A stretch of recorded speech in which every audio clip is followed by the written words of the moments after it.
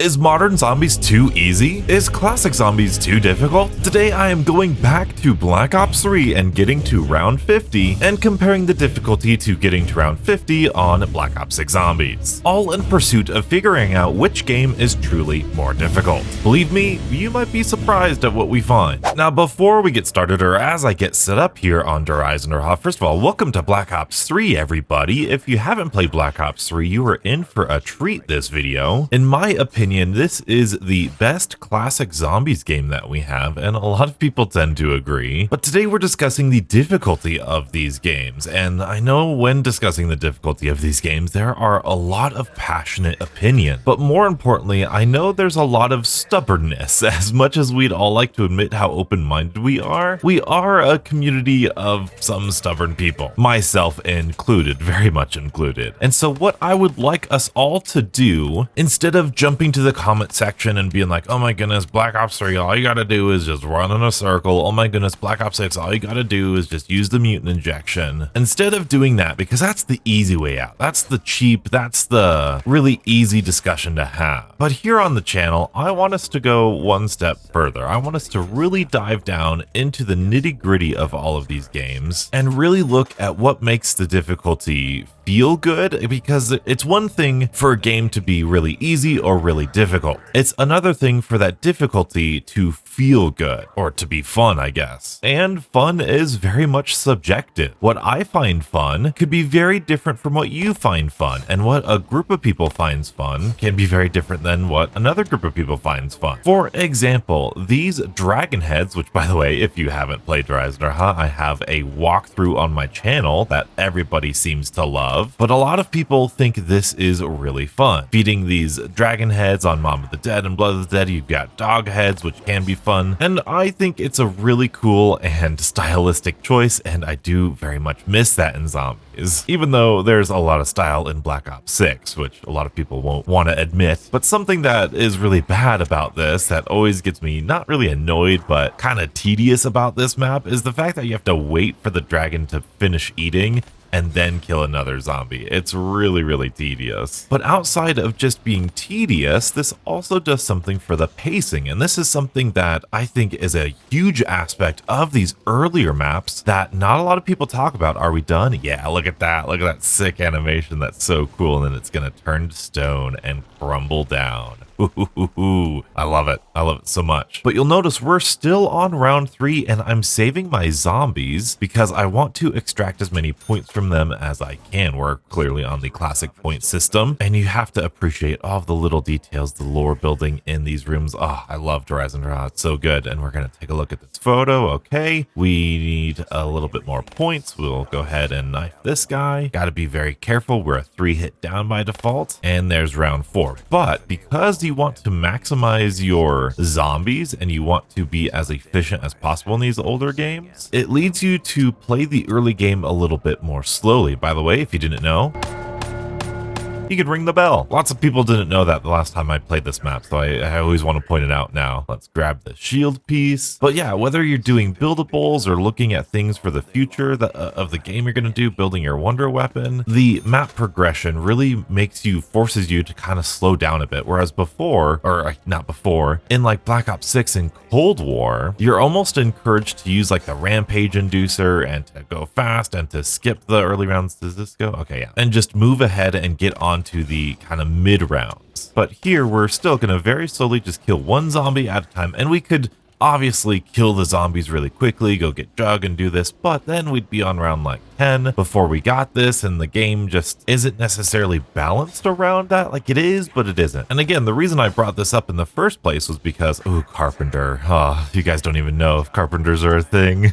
But like I said, doing this stuff is fun for a lot of people, taking it really slow, shooting the zombies like 8 times in the leg and then meleeing them. That's what people miss about zombies for some reason. I I'm not one of those people. Like, I think it's nice that we have some agency, like this double points right here. I'm gonna shoot in their leg and I'll get a whole bunch of points, and that dragon is done, but I'm still gonna use this double points. Like, it's cool that you can do this little trick and get, you know, however many thousands of points we literally just got from this one thing. But also, this gameplay is so boring. And no controversial opinion right out the bat, but in terms of just general gameplay, I do kind of like the fact that in newer games we can just get started right away and get going. Oh, and I missed that part piece. Oh, we do have some wall running now that we've activated these pedestals. Sweet, we've got the shield all ready to be built, and this should give us our taste of the original turtle shell. And we have one more dragon to go, and we're about 10 minutes into this game on round 4. And of course, all of this is not to say that a slower pace is worse than a faster pace, because there's very much a place in Zombies for a slower paced game. I love maps like Shadows of Evil and Zetsubou, which in my opinion, the slower pace matches it very well because they're so like foreboding and overwhelming at times. So I very much like that at some points in time in Zombie. I just also mean that I appreciate the faster paced zombie gameplay sometimes too. And if you are completely lost at what we're doing here, we are feeding these 3 dragons on the map to get the wonder weapon, or at least the base wonder weapon of this map. And once I get to round 6, I do start just like normally killing zombies. Oh, look at this. We got a death machine. Let's go.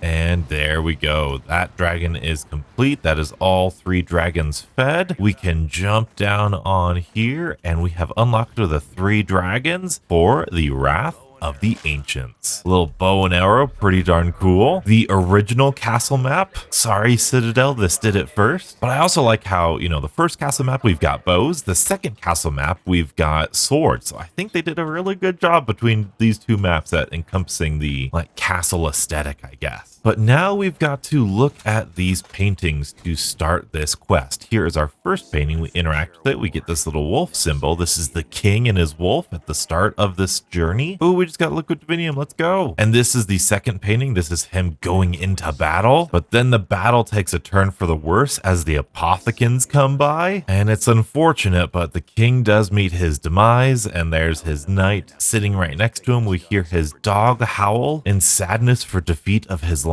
I don't know if that's the real story of it, but that's the story that I always have in my head. And then once we come down here, the little symbol, the dog symbol, will pop out an arrow, which we can bind our upgrade quest to, and we can start upgrading this bow. And in my opinion, this is one of the pack-a-punch platforms we need to teleport the pieces from. In my opinion, and this is a teleporter to the rocket pad that we're going to. You guys know DE. I mean, at least I hope so. At least a little bit. And then once we're down at the rocket pad, we can shoot this flag, which I think was his or something. Wow, that didn't have as much drop off. There we go. And then that flag, I think that's where the king is buried, and also where the wolf is buried, or where the wolf isn't buried. So we've got to take this skull and we can fly on back to the main part of the map. Look at that. That's such a good little spectacle. And if we come inside this undercroft near the wolf kind of thing here, you can see this wolf is fully intact with its skeleton. This one is not. We have to put the skull on it and we get this spectral wolf that we need to follow around. But as I was saying before, not to get distracted,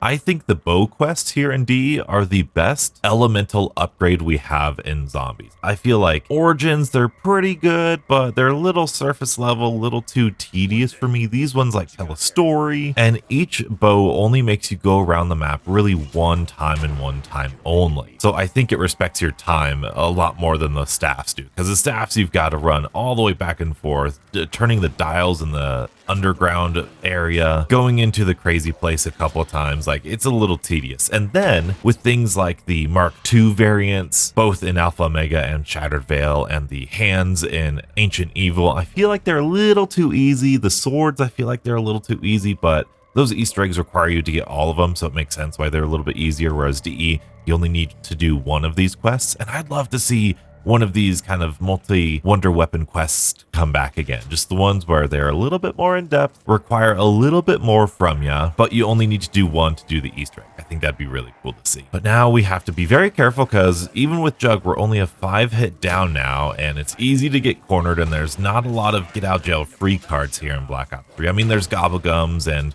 we're going to get this wonder weapon, which is one of them. But other than that, you know, we're basically on our own. So now we've just dug up another skeletal remain, a little bone fracture somewhere. We got to follow this dog around. And I was thinking about this, you know, when I was thinking of this video, I was like, you know, classic zombies, I love the wonder weapon quest. And I was thinking about modern zombies, and I realized that I like a lot of the Black Ops 6 wonder weapon quests more than I thought I did. The beam smasher, even with the going from island to island and the math step, I really love that. It's totally in line with like Dr. Peck and this research facility and these islands. It fits so well. The jet gun being just a traditional like classic zombies wonder weapon, and you find it with 3 different parts, and you find it in the bowling alley and scavenging parts from the map. I feel like that's really good. I love the swords. Even though they are pretty simple, I do love them. And it really does feel like each of those quests are a part of that map. And so I just want to give flowers where they're due. I really like the wonder weapon quest design in Black Ops 6, as well as Black Ops 3. I think they're both doing really good. The best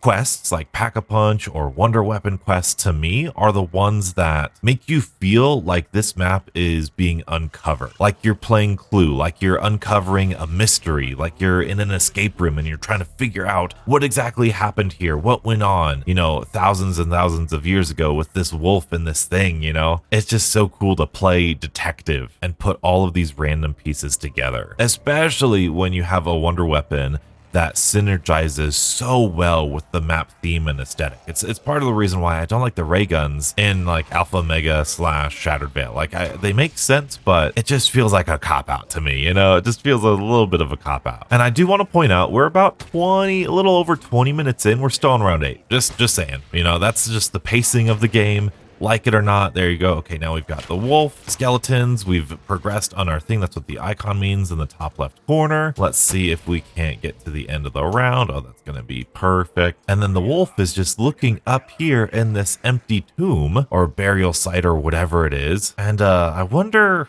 how we can get up there. If only there was some like anti-gravity type thing that happened in this room. Oh, hey, look at that. The anti-gravity just turned on. Let's go. So if we wall run and we shoot, I think the actual wolf things right there, we'll get a platform that rises up, and then we can jump on up here just like so, land on this, and then we could put the skeleton remains that we've been finding, and the skeleton will give us our reforged arrow, which is awesome because then we can take this down to this little pedestal, get a free max ammo, and now all we need to do is wait for some zombies to get inside the circle and charge this arrow up with souls. And after a max ammo with this base wonder weapon, oh, I didn't mean to get the nuke. You see, Black Ops 3 didn't have the little delay on the drops when they spawn in, so you could just knife a zombie and just randomly get a nuke. So thank you Black Ops 4 and all of the other zombie games for fixing that. It gets me every time. See that insta-kill just instantly popped in. And you don't need to use a bow. You could use just regular weapons too. That's fine. But you have a bow. Why not use it, right? It's fun. Have fun in a zombies map. And there we go. That should be our last souls. Very good.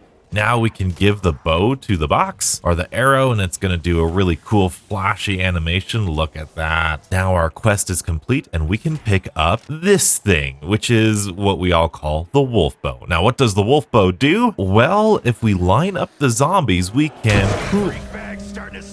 sweep them out of our existence. It's like my favorite bow. It's like one of the first bows I really used for high rounds here on DE. It's not the strongest bow. Obviously, the storm bow is the strongest one, but man, if this one isn't fun. Now, I don't want to waste all of the ammo on it yet because we need our first weapon. Yes, we're not going to be using this RK5 for the whole game. Instead, we're going to strategize a little bit, and we are going to grab the KRM shotgun from the wall. In addition, we are going to buy double tap right away. I know that's not a popular thing to do in Black Ops 3. You want to hold off on like pack-a-punching your weapon and buying double tap as much as you can so you can get as many points, but we can then come on up here, and this should be where the pack-a-punch is going to spawn in if we forgot. We forgot to teleport the pack-a-punch pieces and to hit that. Whoopsie daisy. Let's do that this round because next round of Panzer's coming in. But the KRM is really good. I knew I was forgetting something down here. It's been a while since I played Horizon How. Okay, so we're going to enable this landing pad. We're going to come up here and teleport the Pack-a-Punch pieces like we were supposed to, and then we'll go back and go Pack-a-Punch our Karam, which should be right there. And there we go. There's that beautiful Pack-a-Punch animation. I always Pack-a-Punch from the corner because the hitbox has always been weird here in Black Ops 3 or in Horizon for the Pack-a-Punch. It's very odd. But now we have one of the best shotguns in the game. Really fast rate of fire, crazy good damage, and we are gonna need it for the next round, because the next round we have...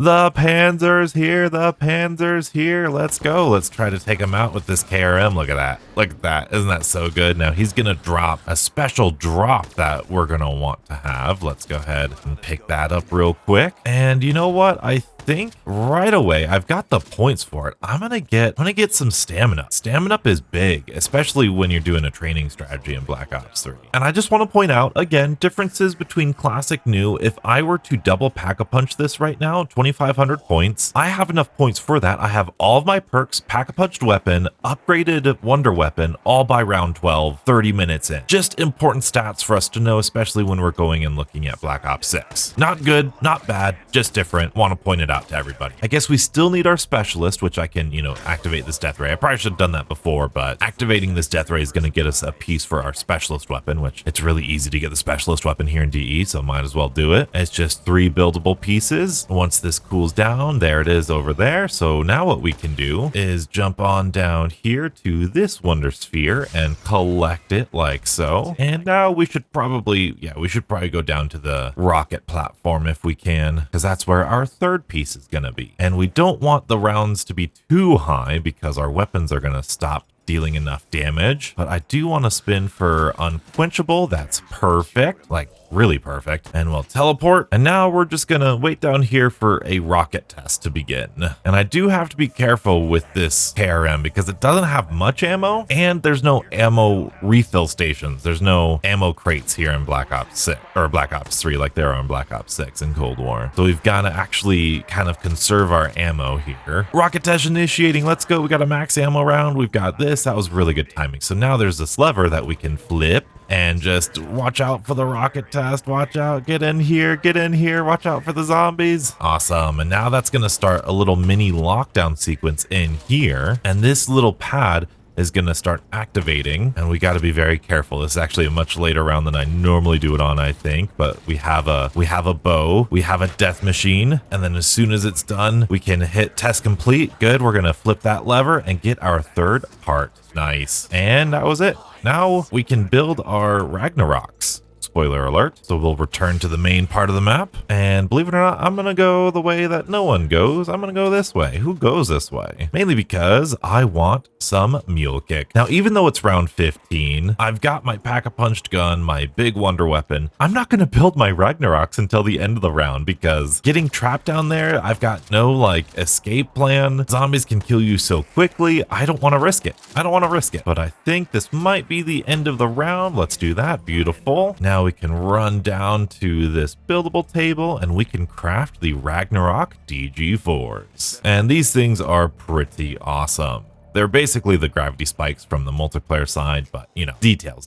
I am going to buy this HVK off of the wall because I think that's going to be a pretty good, demonstration of the weapon balance of Black Ops 3 and classic zombies in general. Plus it's a wall weapon that's going to have a good amount of ammo. We're probably going to put Deadwire on it and just go to town. Like I said, our goal is going to be going to round 50, and I'm not speedrunning this, right? I guess I really should have explained that a little bit more. I'm playing this like a normal average zombie fan might. This isn't speedrun territory. This isn't like, oh my goodness, how fast can this go? Let's push this game to the extreme. No, let's just, hey, I'm a casual zombies fan. How am I going to play these maps? What do I want to play? What sounds fun to me? So that's exactly what I want to figure out. And even though I think I know the answer of Black Ops 3, I'm really interested to see how I can play Black Ops 6 in a more casual way. And the Pack-a-Punch does rotate through all of these 3 different locations. So it's in the Undercroft now. I think we're going gonna get a Panzer next round? Yes, indeed we are. And I think he's over there. No, he might be over here. Oh, hello, Panzer. You can lock him with the death ray trap here. And then boom, there you go. Man, dude, I'm telling you, this KRM is pretty good. And now he drops a drop every time you kill him. But as you can see, we're almost out of ammo for this KRM. You can't play Black Ops 3 like you can modern zombies, in the sense that you've seen me just like randomly shoot zombies as they're coming out. You can't do that. You really want to train up the zombies and then shoot them when there's a whole horde. Ooh, 2 insta-kills back to back. Ooh, and a max ammo. Let's go. That's our like second max ammo of the game. That's awesome. Unfortunately, you do have to reload before each max ammo now in Black Ops 3, but I think I want to go pack a punch this HVK anyway. Oh, I should probably get that max. It was blinking rather fast. All right, that's the end of the round. Pack a punch is still in the Undercroft, so let's go down there. We've got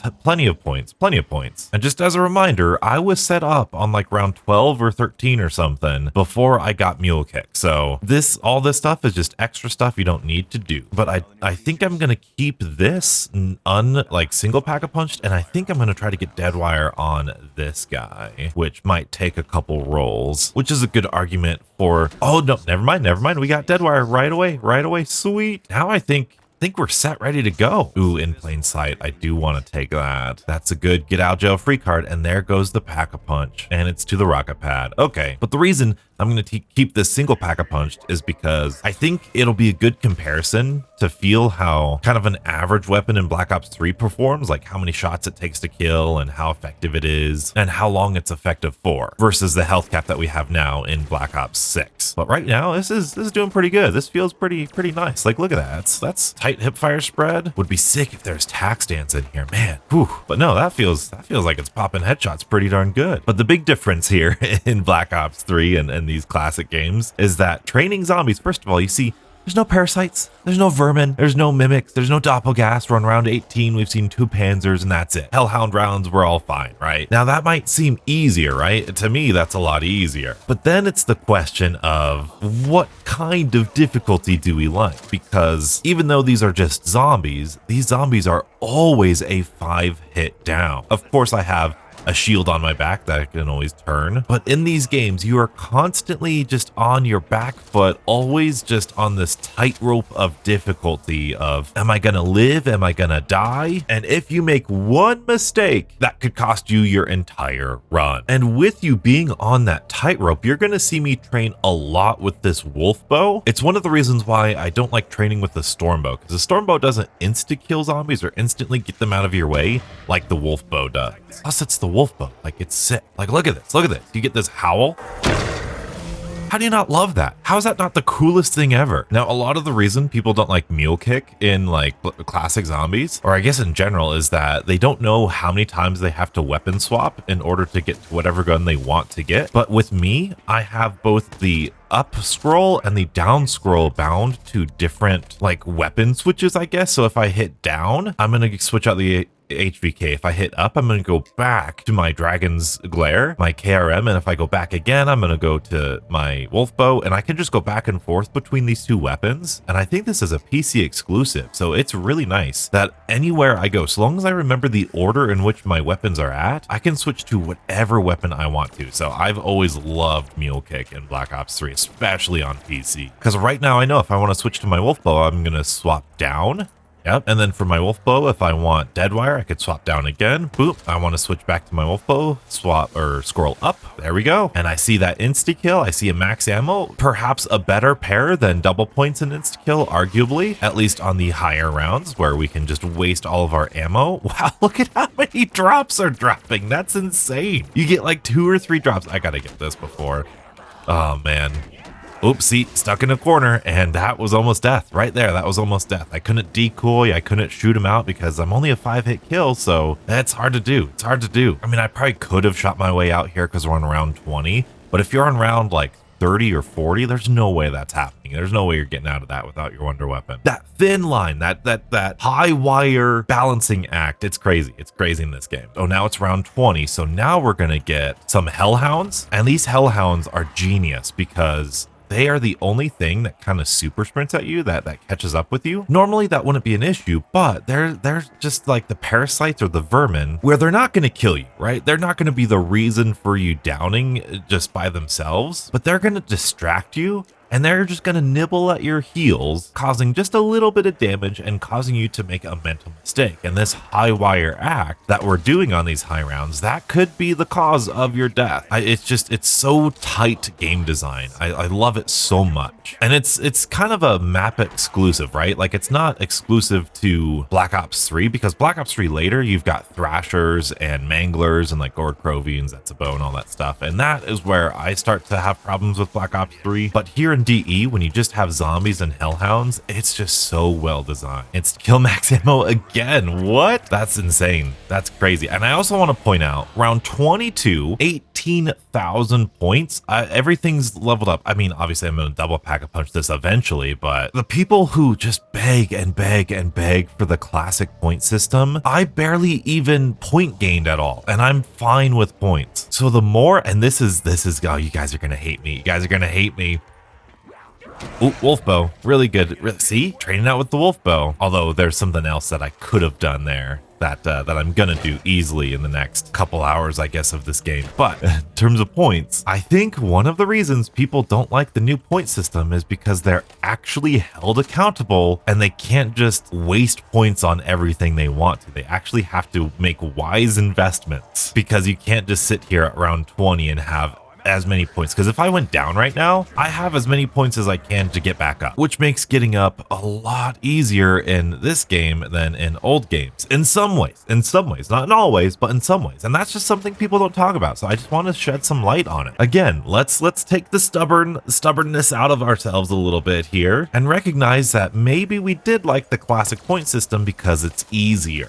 Oh, and we've got a Panzer back. The Panzer's back. All right, hello Panzer, meet the Death Ray. And meet the KRM again. Hey, this is why I wanted Mule Kick. Oh, dang it. Those shock charges are crazy. But I wanted the KRM to deal with the Panzer because it's really good with the Panzer. And then later we'll use this because it's got a lot of ammo for being a wall weapon. And then just like I mentioned earlier, the dogs are here and they're constantly biting me. Oh, there goes my shield. So now I'm very vulnerable. So now I have to switch off of my wonder weapon because I don't want to waste a wonder weapon shot just to kill a dog. So it just creates a really, really interesting balance and kind of gameplay puzzle. A lot of the skill in zombies only comes down to decision making. It's not necessarily, you don't need fast reflexes, you don't need best accuracy or the fastest movement, whatever. It's just what decision are you making at what time? Are you playing the risk reward game correctly? And if you are, then it's really, really fun. And we're down to the last zombie, which is great because then I can just come in here, we'll kill him, go on down here, and then jump down the staircase because this is where our shield is at. And I didn't buy it, I just interact with it. There we go. And another thing, just I know y'all saw Classic Zombies, you're like, Donuts is a goated YouTuber, let's go Classic Zombies again. And here I am just showcasing the positives I like about modern zombies too. Don't worry, I'll do this with Black Ops 6 too. I'll do this too. But every time our shield breaks, we're gonna have to go to that crafting table, that specific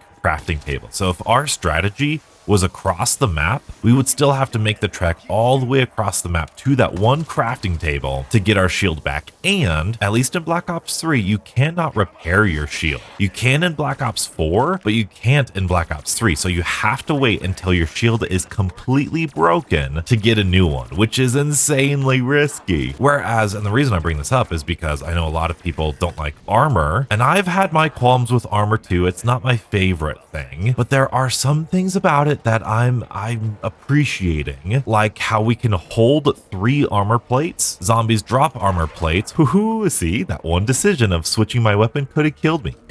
But holding 3 armor plates, the ability to then plate up, and zombies dropping armor plates to refill your armor, it's way, way, way better than having to go to the crafting table every time for your shield. Plus, I like it a lot more than the Cold War system, where the Cold War just automatically plated you up. You couldn't hold any reserves, and if you were down a sliver of armor, instead of saving it and using your resource wisely, it would just automatically use it, which I think is like just objectively worse. So Black Ops 6's armor system, especially with the Jug augments and Turtle Shell, oh man, it sold me. It's, in my opinion, the best armor system we've ever seen in Zombies. Even though, I'm gonna be fair now, I'm gonna take my stubbornness out of me, I really like this amount of balance of zombies in Black Ops 3. I love the high wire, you know, like an inch from death at all times sort of tension that zombies used to have. Because what you're seeing right now, this is basically as hard as the zombies get. Yes, they're gonna have infinite damage, but I've got Deadwire, and as you can see, we just Deadwired here. I'm gonna try one continuous shot, boom, Deadwire's active again, which is a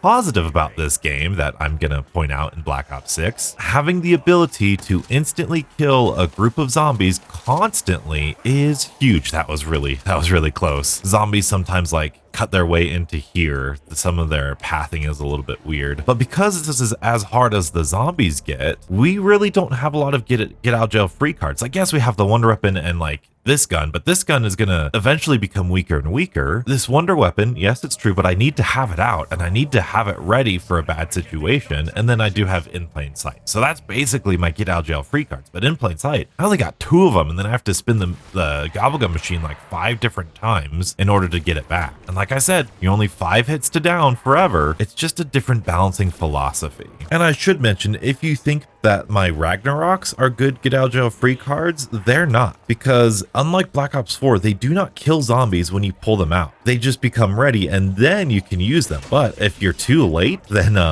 you're too late and you're probably gonna die. These things work more like a way to make the rounds go by faster. They're fun, they're cool, but they're not a good get out jail free card. And here we are around 28. I do want to see how this HVK is going to do in terms of damage to zombies. Let's see, I think I heard a dog spawn in. I want to take care of the dog first. I think maybe I was just in my brain. Okay. So here's a zombie. It's still doing pretty good. Very respectable. I wish there were like not like health bars and damage numbers, but health bars and damage numbers, you know? It'd be nice to see how quickly it's killing them, because it does feel like it's taking quite a while. It's definitely not Black Ops 6 around 28. We will definitely keep that comparison alive, because there is only 1 Pack-a-Punch level in Black Ops 3. That's all we get. And the zombies are going to scale to have infinite damage. Or infinite health, I should say. And I think we're at the end of the round, so I want to see, we've got 60 rounds and 90 rounds in reserve. Let's see if we can end round 28 with these few zombies with what we've got. Yeah, we can. Yeah, we can. Okay, cool. That's not bad at all. Still viable, if you ask me. We definitely need some more ammo. So instead of having an ammo crate, we could just go to the wall by itself and spend, what was it, 4,500? That's cheaper than ammo is in Black Ops 6. Oh, and we've got the Panzer back. Panzer's back. Where is he at? I think he's gonna come out of here. Let's go ahead and activate the death machine. Keep an eye out for that Panzer. Oh boy, we might need to use the Ragnaroks here to trap him. Definitely feel like that's gonna need to be the move. Trap's done. Oh, there he is. Okay, so in terms of the trap, we can go ahead and place down the Ragnaroks right there, and that should, oh boy, you see what I mean? It's treacherous, man. It's terrible. There we go. Let's take that out. Keep an eye out for the zombies. He's off of that. We've got to do that. Oh boy. Tightrope.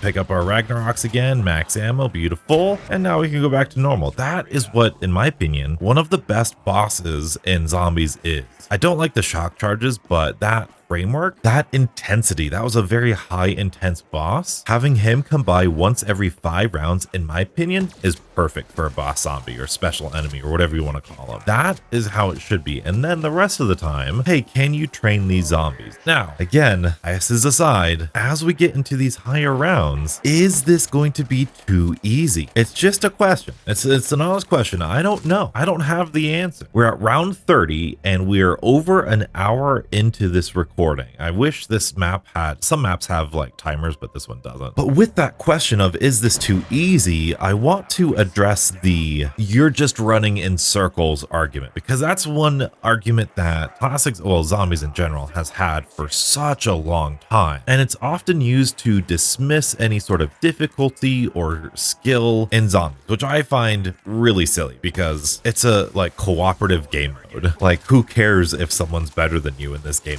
It's just, it's a silly way to feel like you're above somebody else. Oh, you're just running in circles. It's not that hard.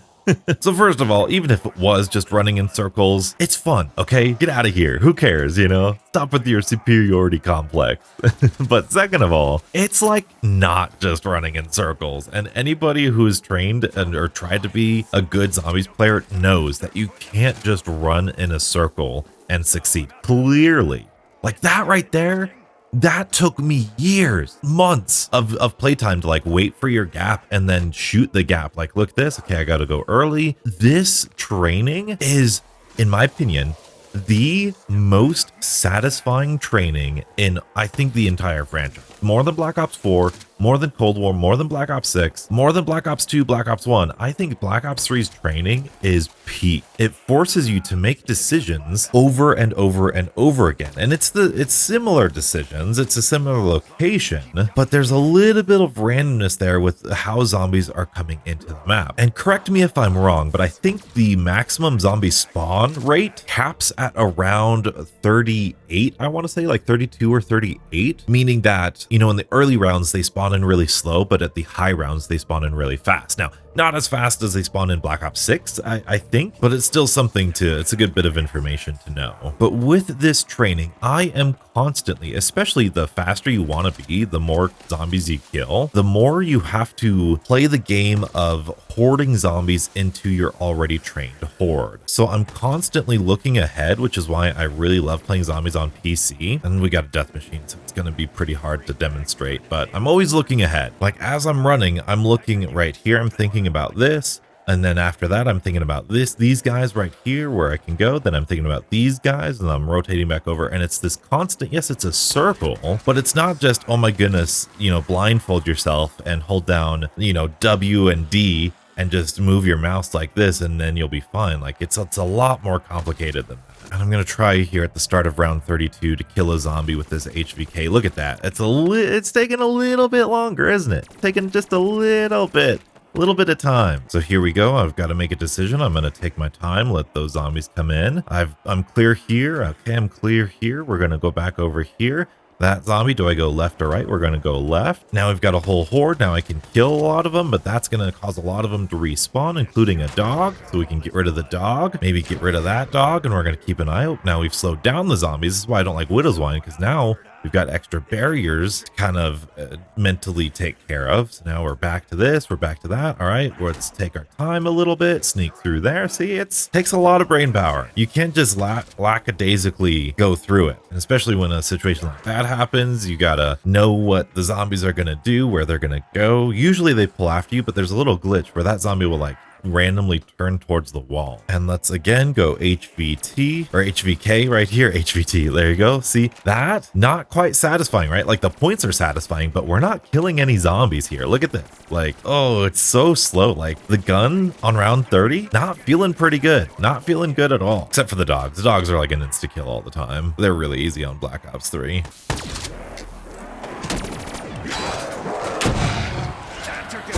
Like I said, you are like one little tiny mistake. My shield breaks. I didn't have my wolf bow out. Edge of death right there. Crazy, right? I did have it in plain sight, but am I really going to want to use an in plain sight in that situation? Probably should, honestly, probably should have. And there is a balance. Like the more comfortable you are training zombies, the more you're able to like use your ammo mods and go back and forth and clear out the horde a little bit faster with your ammo mods. There's a lot of strategies that require like dead wire and brain rot, or turned as it is here in Black Ops 3, where you're constantly just dead wiring them, constantly switching to brain rot, just to try to make it go as quick as possible. And we're about an hour and 15 minutes into this game. We're on round 34, which is not terrible, but hopefully you've noticed that we were set up on round like 19, and the gameplay hasn't really changed all that much. Now that's not pro or against anything. I just want to mark that for the future when we do Black Ops 6. And mind you, that round 19 probably took us, 30 to 45 minutes. I forget exactly what the time was to get set up. So again, just information about how different these games might play out. A Panzer and a dog round. Okay, well this is going to be the easiest dog round of our life here. There we go. Oh yeah, he's got a weak spot in the center where he'll take extra damage. Oh, and I should definitely show you, here's a grenade on this high round here. Okay, we grenaded him, and I don't think I got a single kill, so I'm at 1794. Let's go ahead, throw it like so, do that. Okay, we got some points. 1794. Didn't even kill a zombie. So I've got no decoys, I've got no Molotovs. Okay, there's a crawler. Got no kill streaks except for the occasional random death machine power up. So I have less tools available. But as I've said, these zombies aren't getting any harder. They might spawn in faster. Yes, they're gonna have more health, but we're already just killing them with dead wire anyway. So that's really a non-issue. What's an interesting byproduct of that, of like not having decoys or kill streaks or whatever useful equipment, is that this DG4 to me is way more precious. It's way more, hey, I have to use this to speed up the rounds or only in certain situations. It's more of a tool than it is something to be used for fun, I guess you could say. I don't know a good way of articulating. When you have decoys and Molotovs in like Cold War and Black Ops 6, I feel like you're going to use your field upgrade more. You're going to use your kill streaks more because you don't need to save your kill streak for a big event. You have like decoys to get you out of, you have your other stuff to get you out of situations.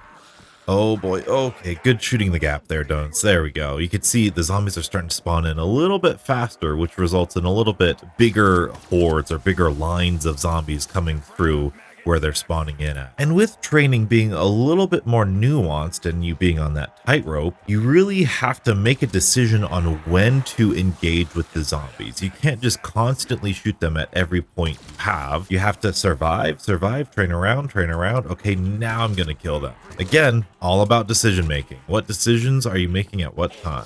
And again, let's see, round 38. Oh, that's taken quite a bit of time to kill a zombie here. Okay, let's see if we can't get one. Nope. Okay, I know it's like hip fire chest shots, but it's gonna be so difficult. Like that is a long time to kill. Already at round 38. Look at that. I don't think that killed anything. Look at that. Look at that. See, the guns are terrible. So when people like, this is how I think people think Black Ops 6 guns are, but they're not. And I really can't wait to show you guys that, because the guns in Black Ops 6 are way better than that. And we are getting drops after drops after drops here in this game. There's like 4 drops around, which I know is the cap, but I feel like they almost try to force 4 drops per round. When I was doing my drop testing in Black Ops 6, I was only getting 2, maybe 3 drops into the 30s. So this is quite a bit different. Oh, see, like here's this whole horde of zombies that if I didn't train with my own weapon out, might have resulted in my death. And I think from now on, I'm going to start all the rounds with the death ray trap here, just to try to speed up the rounds a little bit. And there goes my shield at the start of a round. You'll love to see that. This means we got to be extra careful not to get cornered in any way, because if you get cornered and you got the shield on, you can tank a few more hits, but if you get cornered without the shield, you're going to go down really quickly, especially with how fast Black Ops 3 zombies hit you. Another max ammo insta-kill death machine. What the heck? I know I'm probably going to use this a little bit better, use the death machine first and then the insta-kill afterwards, but meh.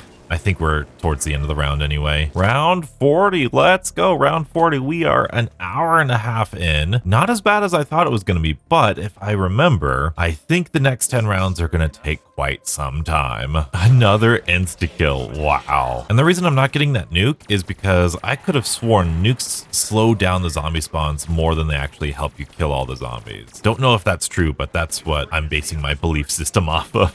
That's why I'm not getting it. But here we are, round 41. Let's shoot the zombie. Dang, that's tough. But here we are, round 41. Let's shoot that zombie. Wow. Okay, that's quite a bit of damage that they take. I knew it. I knew it was going to be a Panzer round this round. Now it's round 41. This is going to be a really, really tough Panzer round, I think, because if I remember correctly, it's going to take more than one magazine or whatever tube of this KRM to get. Okay, never mind. Yeah, there we go. Well, actually, it did take more than one, but that gets harder. They take a lot of juice. I do think there is a health cap on the bosses. I mean, I don't think it would make sense for them not to. But again, I love how you have to like prepare for that fight, that Panzer every 5 rounds. I just think it's so good. I just got that nuke just because like why I just said I wasn't getting nukes and I just got the nuke. Oh, donuts. Now I'm thinking about the drops and the fact that they probably did nerf the drops in Black Ops 6. Like for sure they did. I don't know about Cold War, Black Ops 4, whatever, but at least compared to Black Ops 3, very, very much nerfed the drop rate of these drops. And they changed how max ammos work 100%. I don't know how they work in Black Ops 6, but they drop way less frequently. But I think that's due to the fact that Black Ops 6 does give you a lot of stuff for free, like the max ammos, like those are ammo crates. So they want to push you in the direction of, okay, you're gonna have less max ammos, but you're gonna have more points so you can get, you know, ammo crates, and the double points, bonus points are more relevant later into the round. So it's interesting. It's interesting to see those little changes. I never thought about that before. The reason why they nerfed drops is because the game is easier. So they're trying to balance it out that way. Now let's try to get this zombie dead. Look at how many bullets he tanks, dude. That's nuts. Round 42, our gun is worthless. I mean, it was worthless on around like 36, 38, something like that. And I'll tell you, I'll be honest, I'm biased here. I could do this forever. Literally, I could do this forever. If Black Ops 3 had a save and quit feature, I'd get round 255, 999, whatever on every single one of these. Like just a training spot like this, I love it. But I said at the beginning, man, another death machine. Crazy. Like I said at the beginning, if I'm not being stubborn, this gameplay, oh, dude, this hurts. This hurts to say out loud. This gameplay, as much as I've been dreaming of this type of gameplay, is kind of boring. It's kind of boring. It's not, oh, you're just running in circles boring, but like I've been doing the same thing for the past, you know, hour. And I want to mention it here because another max ammo. Okay, then. All right, we'll just use this wolf bow then. I want to say it here because I know it's a criticism of Black Ops 6, you know, mutant injection's boring and all that stuff, but I don't know. I mean, I guess the boring argument was always in zombies, but I just don't know if nowadays people recognize this as boring because you are always on your toes. You are always inches away from death. But if I'm looking at this objectively, it's not the most like spectacular gameplay out there, you know? Even though, like I just said, I want to remind you in the same video, I said this is the ideal training situation that I want. I literally could get to round 255 on all these maps if this is all it was. But does that then expose these maps or this game as being too easy? Because if Dumb Donuts can get a high round like this with just a wall weapon, pack-a-punched, and Deadwire, is it too easy? I didn't think so back in Black Ops 3 because I think Black Ops 3 is a lot more fair than a game like Black Ops 2 and Black Ops 1 were, just in terms of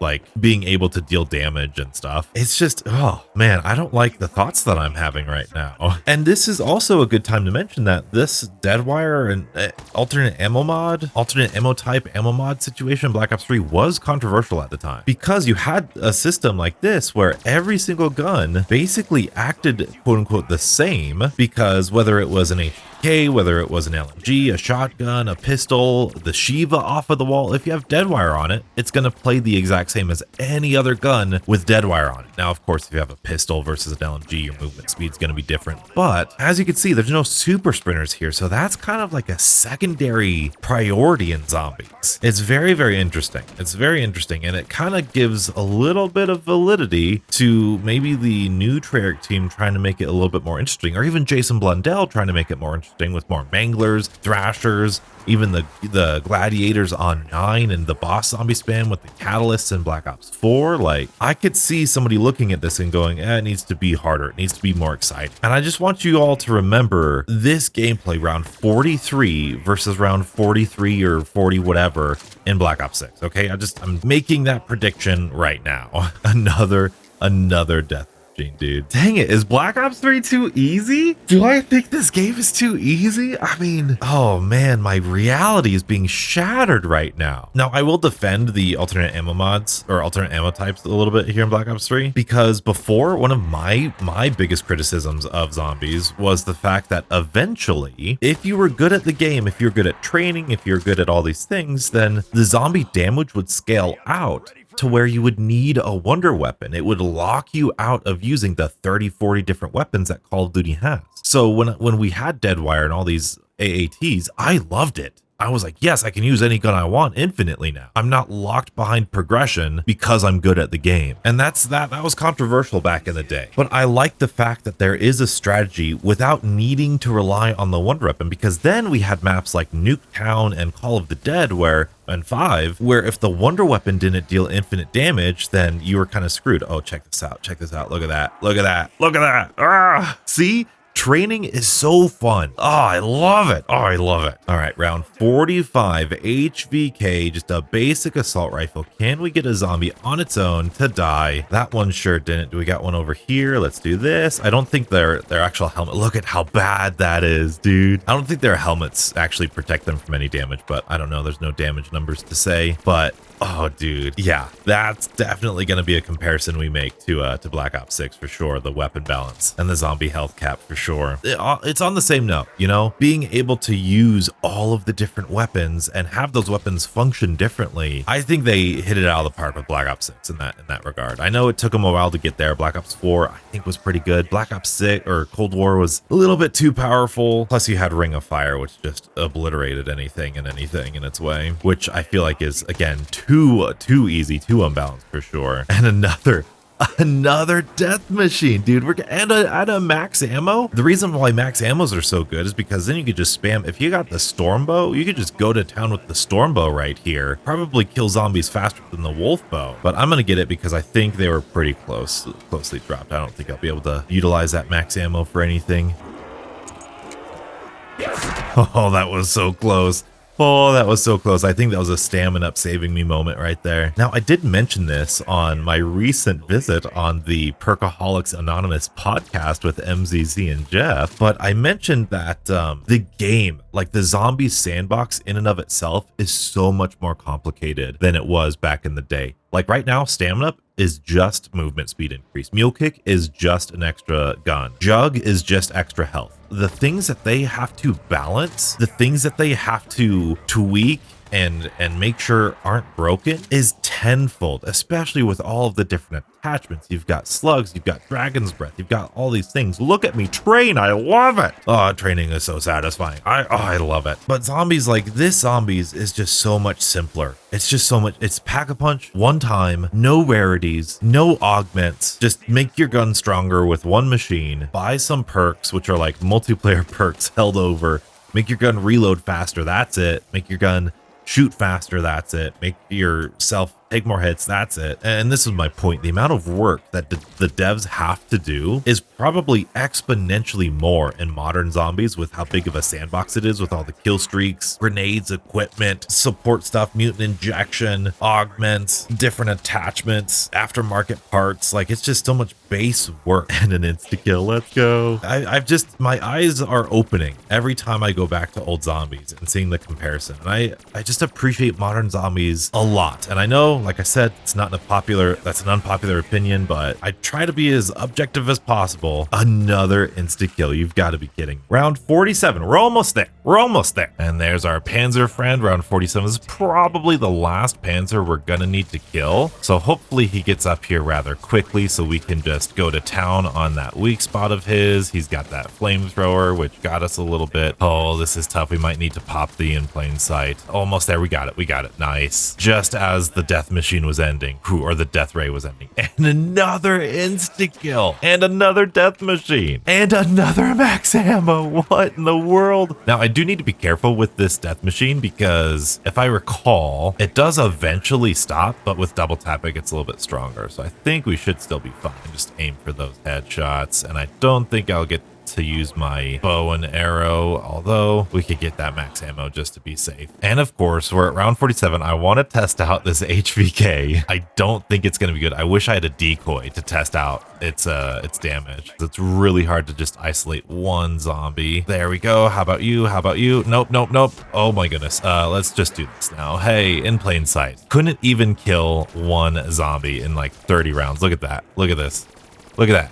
Look at it. Oh man, it's terrible. It's terrible. And there goes our shield, of course. You know what? We haven't used these Ragnaroks all that much. I mean, we're probably going to need it for the final Panzer at round 50, but hopefully we can charge it up by then. They're just so fun to use, right? Like, I mean, they're just multiplayer assets reused and colored blue, but we still love them. All right, and I think that's the round. Okay, this might be perfect. If this guy has full health, we can really see just how terrible. That was like a full magazine just to take out one zombie. And I can tell you that is far, far, far from the stats of Black Ops 6 weapons. But outside of ragging on Black Ops 3, there are some great things about it. Like I said, I love this training method or strategy or balance, but I also do really appreciate the simplicity of the health system. Armor and zombie scaling damage is so complex and it just feels so wonky that keeping it simple, you're 5 hit down, there's no super sprinters, there's no armored zombies, or I guess I should say, even though zombies have infinite damage, even though these weapons are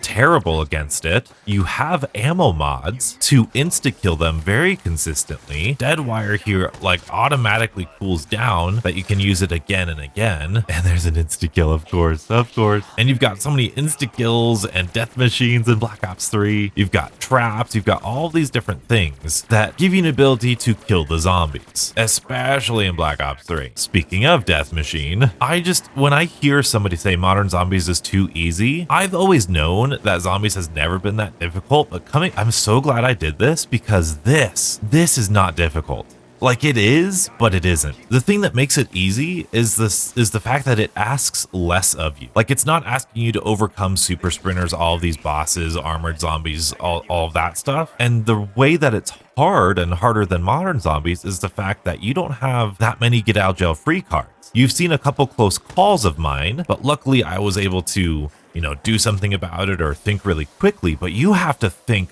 really quickly. Whereas the decoys and the kill streaks and the equipment in modern zombies gives you time to make those mistakes and correct those mistakes without necessarily needing to go down. Thus, yes, making it easier, but then it asks a lot more of you. You have to deal with super sprinters, you have to deal with armored zombies, you have to deal with boss zombie spam and all of these crazy amalgams and disciples and doppelgasts. And difficulty, the more I think about it, really does come down to preference. This game difficulty of Black Ops 3, yeah, it's easier in some ways, but it's also harder in some ways. And I think that's going to be the theme of today's video as we're almost wrapping up here with Black Ops 3 at round 49. A lot of people said it really good in one of my posts. They said the early game is easier in Modern Zombies, but the later game is harder. But the harder part of it feels wrong. It feels tedious. And everybody says, oh, it's arbitrary difficulty or the difficulty is arbitrary or artificial. But tell me, what's more artificial difficulty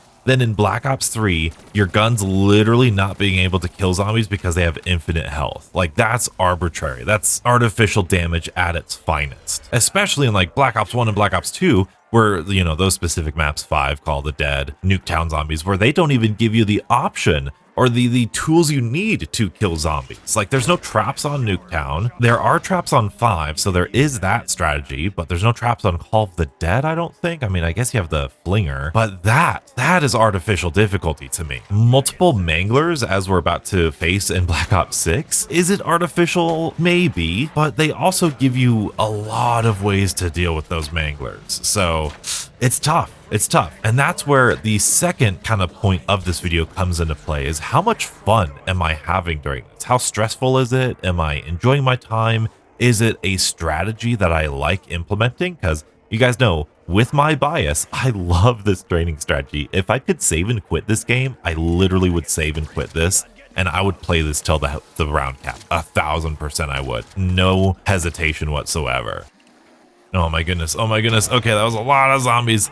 Lots of zombies coming out of there. Oh boy. Wow. But you see, I made a good strategic decision pulling out my wolf bow and having that ready and just being aware of how the zombies spawn in. I very much love that and miss that. That is fun to me, but I get how it's not fun for everybody, especially for the people who just don't like running in circles. Even though, like we discussed, it's a lot more than just running in circles, clearly. Okay, we're at the end of the round, and I have 3 zombies left. They might have been knocked down by the wolf bow. I don't know if that does any damage to them, but we're gonna try and just shoot at them. 3 zombies, by the way. 3 zombies, right? Let's see how long they take. Round 50, more than 2 magazines. Over 2 magazines to kill those 3 zombies. Again, not dissing anything, just stating the facts. And that is round 50. Wow, almost 2 hours on the dot. Very casual, very fun experience. Like I said, if you could get to round 50 like this, you could get to round 299 or 999 or 255. But of course, now that we've reached round 50, you can't, like, there's no exfil in this game, which is really sad. I love the exfils. It's just, it feels so satisfying ending the game without quitting or going down. But we're playing Der Eisendrache, right? You've got to show off these traps whenever you play Der Eisendrache on YouTube. It's just, it's part of the YouTube contract. Also, if you're ever going to quit a game, you need to go down by the traps. You need to. Like, that's just how YouTube game ends, you know? And just, dude, the oil trap strat, the oil traps, were very similar to that too. Dang, dude, Citadel's a good map. Like, oh, we need to play Citadel, but we're not going to play Citadel. Instead, we're going to be playing Terminus. That's right. It's not a secret on my channel. I am a huge fan of Terminus here in Black Ops 6. And if there is going to be like a quote unquote difficult map of Black Ops 6, it's going to be Terminus. But that being said, I would argue that this is still not all that difficult, but definitely is one of my favorites because we do get these little interactions with the Janus security, and these are common across all of Black Ops 6. The little like set things where you see all of the army or military Janus people being mid-fight with zombies. I think that's just so cool, but that's besides the point. I remember when Terminus first came out and it was we just had Terminus or Liberty Falls. A lot of people I would see on Reddit or YouTube comments or even in YouTube videos of other creators saying that they don't like playing Terminus because they don't like doing these generators, which to me is kind of crazy. Like, all these generators are killing more zombies, and the zombies are going for the generators anyways. It's not like that's any more dangerous to you. Yes, it's not like a power switch like we had on DE back in Black Ops 3, but turns on local power just like Origins. I don't know. People love Origins, and then they're like, I don't want to do this really trivial power thing on Terminus. We will be rocking at least this AK-74. Here's the loadout that I've got for ya. No spoilers, but this weapon might just be one of the most underrated weapons of Black Ops 6 zombies, at least in the assault rifle category. But more on topic about the difficulty of Black Ops 6. As you can see, we have 150 health, which would be normal if the zombies did 150 damage and we had no armor. But as you can see, even after 2 hits, we still aren't 50 hit points down. In fact, after just 1 hit, we're only down 17 hits, which means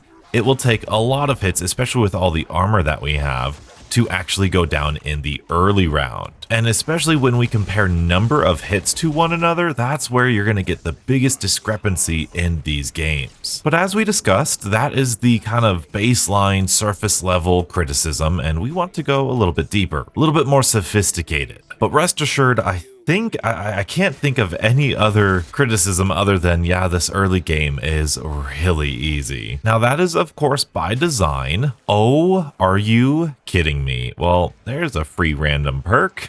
I've seen quite a few posts since Black Ops 6's life cycle began, talking about how, you know, people are good zombie players, they play Black Ops 6, they get to around 30, 35, 40, whatever, they exfil, they're really consistent, they never go down, but then they go back to Black Ops 3 and they get overwhelmed really easily. They go down on round like 3 or 10 or something in the earlier rounds. And the kind of general consensus after that experience is that, dang it, these newer zombie games are kind of for wimps, you know, they're really easy. And I could definitely see part of that view where you don't want to coddle people too much, especially in a video game. I am huge. I mean, as you guys heard, I love it when games hold you accountable. I love it when there is consequences for your actions for not playing it exactly the way the game developers think it will be the most fun. But I want to propose a question, and again, open-ended question. If we have these quote-unquote good zombie players here in Black Ops 6, oh, I can get to around 40, get to around 50 pretty easily. Shouldn't their experience be easy? Is it a good thing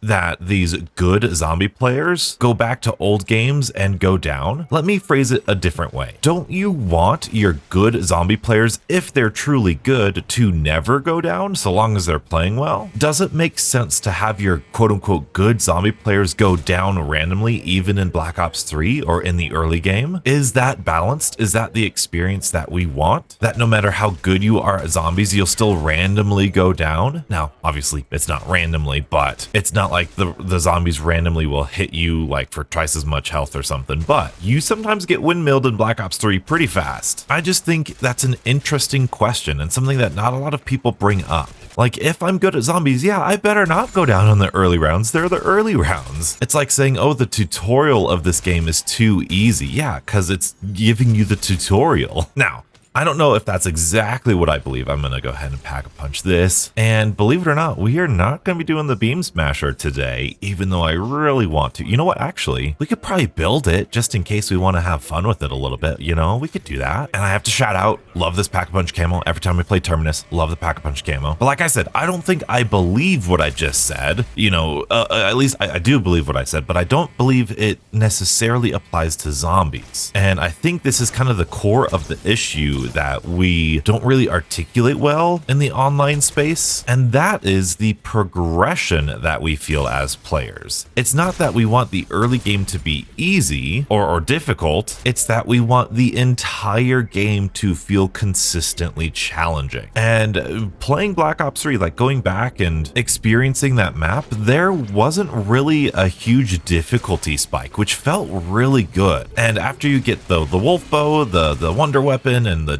Ragnaroks, you feel really powerful, which I think is a good thing. You can feel that power creep. Whereas, at least way back when Black Ops 6 first launched, when there was all of those manglers, it felt like the difficulty just spiked out of nowhere. So that's one of the things that I want us to pay attention to with this game. Does the difficulty randomly spike? Or is it procedural? Is it gradual? Like I said, a game can be difficult, but that difficulty can feel pretty lame or pretty unsatisfying. And a game can be pretty easy and that game can feel unsatisfying. That's kind of in the realm where I thought Black Ops 3 kind of dipped its toes in a little bit. I don't know. I do think it's good that we're doing this because this is a good comparison to the other, you know, Horizon Trial getting set up. So that's 22 times 2 is 44 plus 11 is 55. 42 plus 20 is 62 minus 5, 57.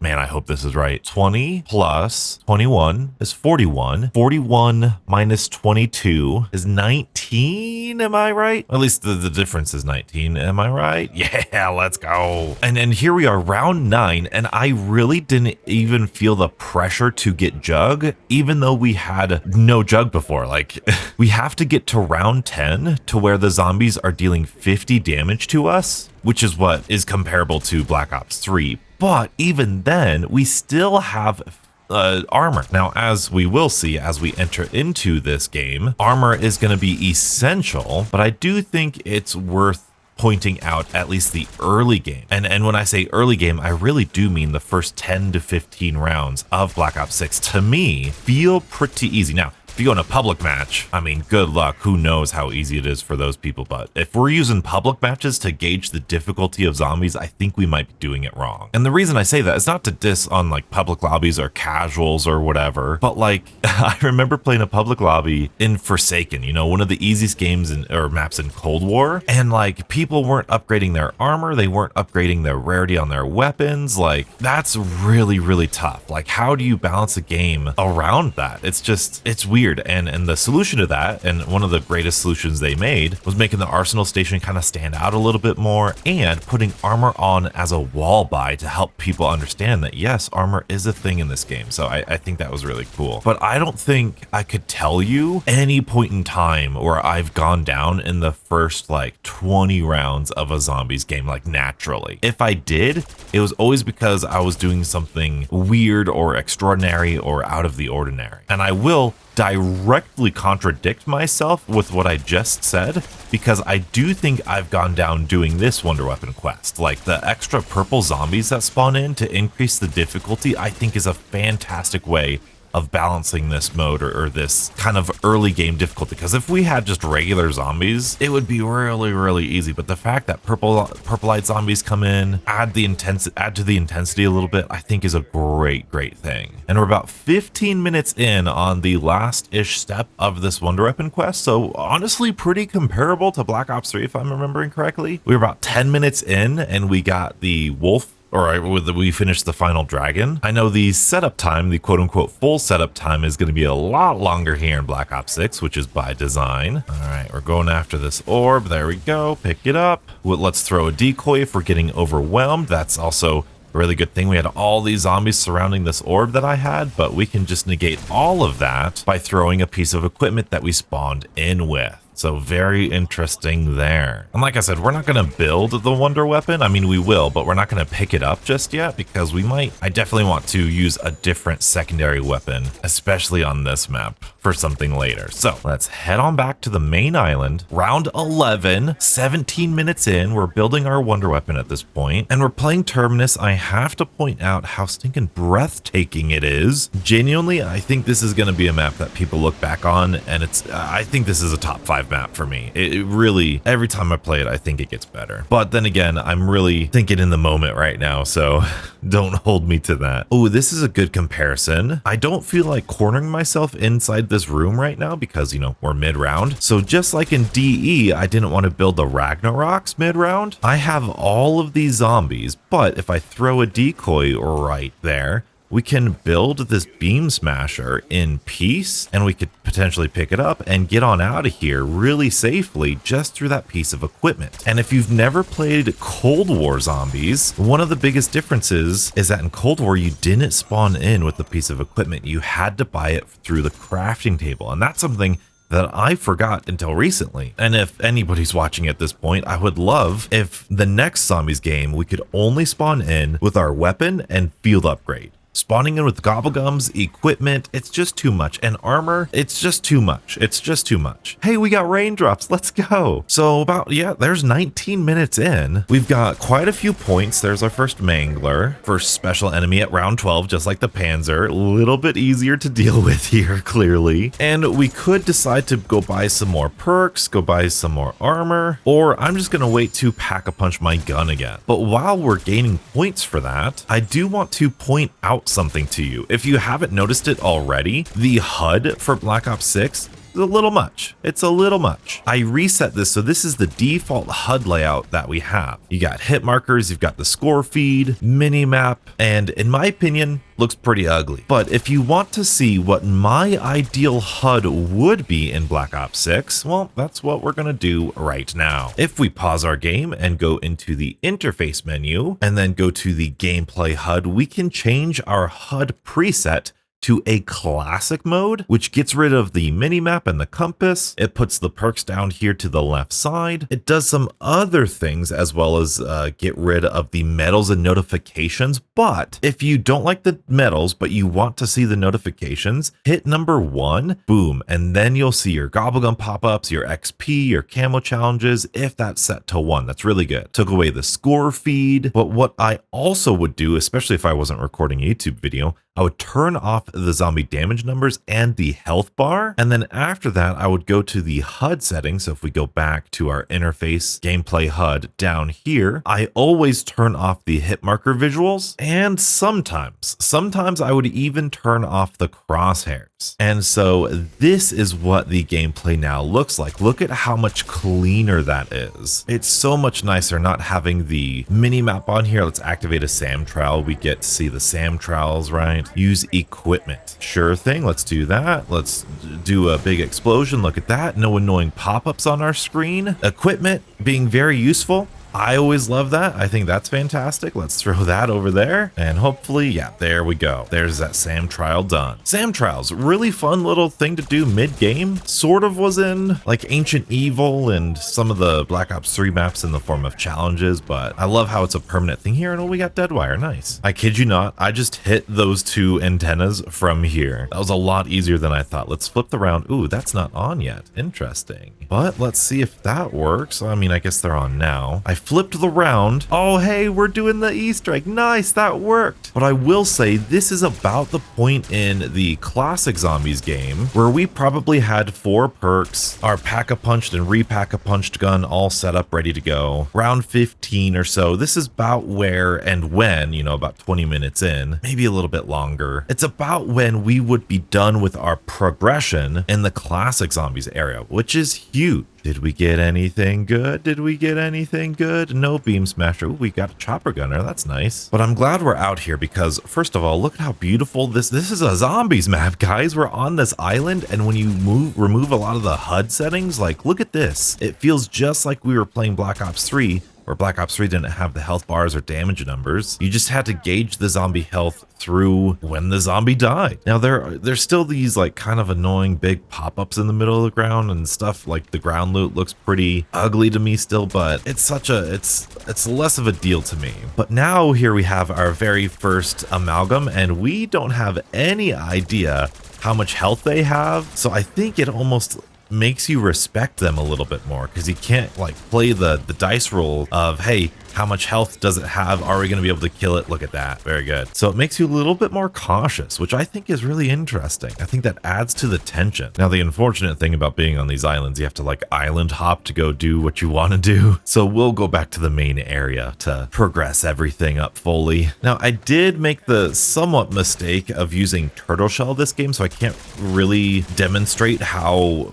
effective armor is, because like if I get hit, I'm gonna be dealt like 50 damage. So that's like classic Zombies, but obviously there's like a shield on my back with this armor, so it acts like a shield where I don't take any damage from behind, which in my opinion is like my favorite Juggernog augment. Ooh, a death machine. Nice. But the strange thing with armor in Black Ops 6, which is very, very important to talk about, is the fact that, like we mentioned, the early game feels so stinking easy. It doesn't feel threatening, you don't feel the tension, and I don't think the early game should feel difficult per se. I just feel like maybe there should be a little bit more accountability on the players' end of how they play and not making kind of more silly mistakes. In fact, I think if the second damage range, the one that starts at round 10, was the one that started at round 1, I feel like that would be perfect. Zombies deal 50 damage starting at round 10 or 11, which means that without armor, at round 1, it would be like older zombie games,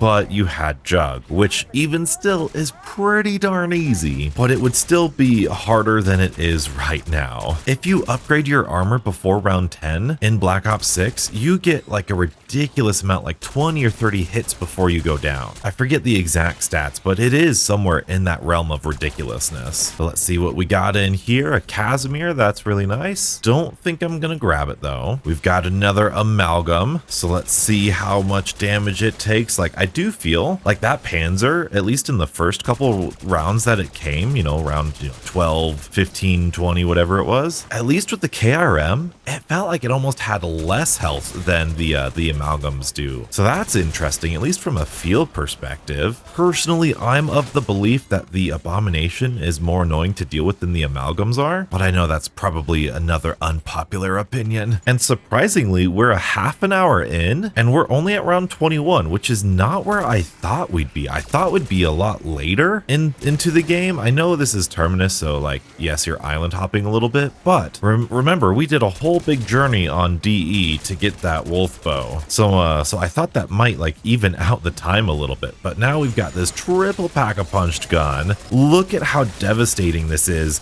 just on round 21. And we still have one more rarity upgrade to go. But while we're over here, I might as well grab myself some stamina up. I put on Stalker so that way we can move a lot faster while aiming down sights. I think that's going to help out a lot into the high rounds. And we've got 5,000 salvage, so we can upgrade this for the final tier. And this is going to be as powerful as it can be. Look at that. Now, something I didn't know about the AK is that when you pack-a-punch it, there's a little bit of a hidden ability. I don't know how useful this is, but if you try to shoot one shot of the AK, it only shoots two. So if I just click once, it becomes like a binary, not a binary trigger, but kind of a 2-for-1 pack-a-punch ability, which is an ability I didn't know until just recently. Now, it's not like a 2 burst, like you can shoot, I think 3 times. Yeah, you can shoot 3 times, but it just the first 2 rounds are a guaranteed to shoot at, not at the same time, but you guys get what I mean. And here we are around 35 minutes in. We're gonna buy our 4th perk. I guess we didn't buy, oh my goodness, that's insane. We didn't buy Death Perception, but we certainly got it just like that. And we do have to spend points on armor, which is what we're about to do right now. So full pack-a-punch level, full armor, and you know, a handful of perks. 35 minutes in, round 23, we're not even done yet. And it's only one gun. We don't have our second gun yet. And again, that's by design.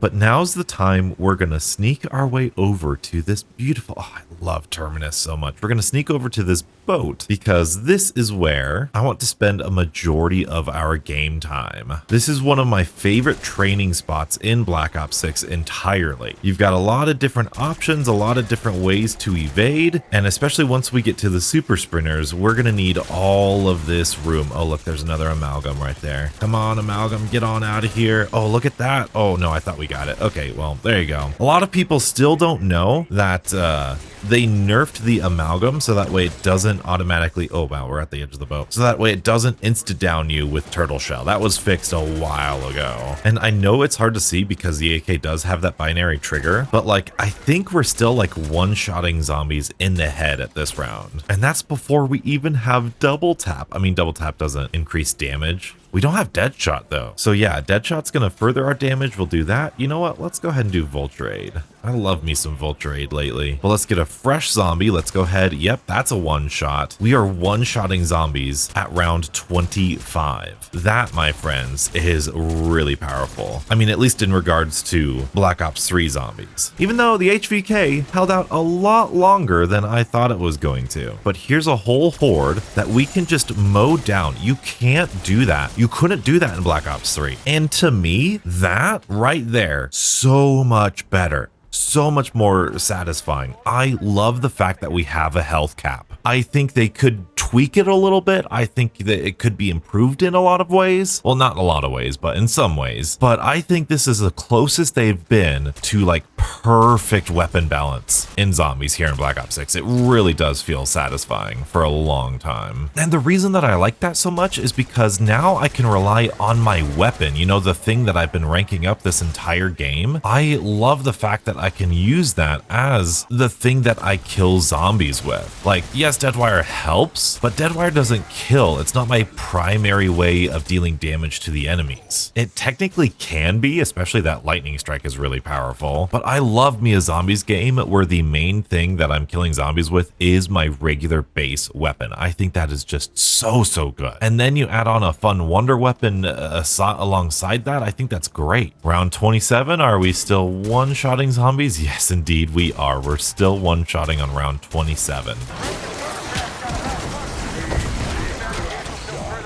Now, if I'm in trouble like I just was, I took a lot of damage, throwing a decoy, we're all good. Manglers, really easy to take care of. These are kind of like an intermediate boss, not quite a Panzer level strength, but something to make the gameplay a little bit more interesting and something that I 1000% appreciate more after going back and playing DE. I still think they're a little bit too much, especially here in Black Ops 6, but I at least appreciate them a little bit more. I see the vision. I get why the developers might want to add in a little bit more of a challenge other than just regular zombies. And I think around this level is where everybody's pretty happy with the balance of Black Ops 6. You know, people think the early game is really easy. They're not happy with how easy it is. They're not happy with the late game for reasons that we will get into. But when it comes to these middle rounds, the rounds 20 to 30, even now after double tap and the little buffs to the pistols and stuff, I feel like even 30 to 40 people are pretty happy with, which I think is awesome. I think it's awesome. I'm happy with them too. We got another amalgam, got a triple pack-a-punched gun. Let's see how much damage. Oh wow, our death perception augment took care of the last little 20% of them, which is really good. Oh, but there's another amalgam. There's another amalgam. Let's train them around. Let's go around. I missed the double points. Bummer. Let's kill these zombies. This is still really easy. We're not getting super sprinters yet. This is still really chill. And there goes the second amalgam, which is awesome. And here we are around 28, still a one shot to the regular zombies. And if you skipped through the Black Ops 3 game and you're just here for some reason, I am going to try not to use mutant injections because I want to see what the core gameplay of Black Ops 6 is like if you wanted to play it kind of like Black Ops 3 with just a normal regular weapon. Even though in DE we were using like Deadwire and insta-kills and death machines and all that stuff. And let's see, round 30, are we still one-shotting zombies? We are. Wow, round 30.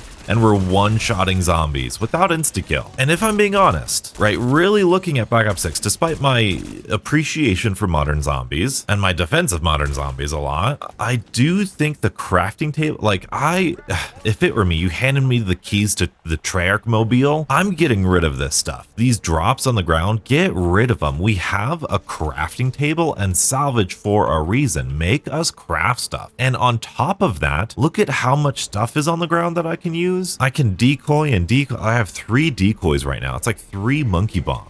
I want the crafting table to increase in price for everything you buy. If Molotovs are 250 salvage, you buy them, now they're 300 salvage. You buy them again, now they're 350. And maybe you can have a cap onto that. Like it maxes out at like 1,000 salvage or something like that. That way it's, you know, not ridiculous. But the game gives you so many tools. I've got my field upgrade. I've got my equipment. I've got my augments. I've got my kill streak, my gobblegums. It's just so much. And my weapon, as we can see, is still effective. So there's no need for all of these extra get out of jail free cards. Like here we're at 100 health, whatever, I could corner myself, throw a decoy, and be perfectly fine. And I could do that one more time with the decoy. I could dark flare. All of this salvage that's dropping. Well, look, there's another decoy right there. All of this salvage, I can just keep restocking decoys over and over and over again. I felt this way in Cold War, where I saw the vision of making the game and smoothing out the rough edges of like quote unquote classic zombies. And my favorite example of that is, you know, in classic zombies, especially like Black Ops 4, because Black Ops 4 had the health cap, you would run out of ammo, not because of there's another decoy, not because of your own fault, but just because the rounds would have so many more zombies. Even if you're perfectly accurate, just mathematically, you would run out of ammo. And so I loved the fact that ammo crates were a thing in Cold War, but they overcorrected. And I feel like that's a lot of what they're trying to dial back, is that they're trying to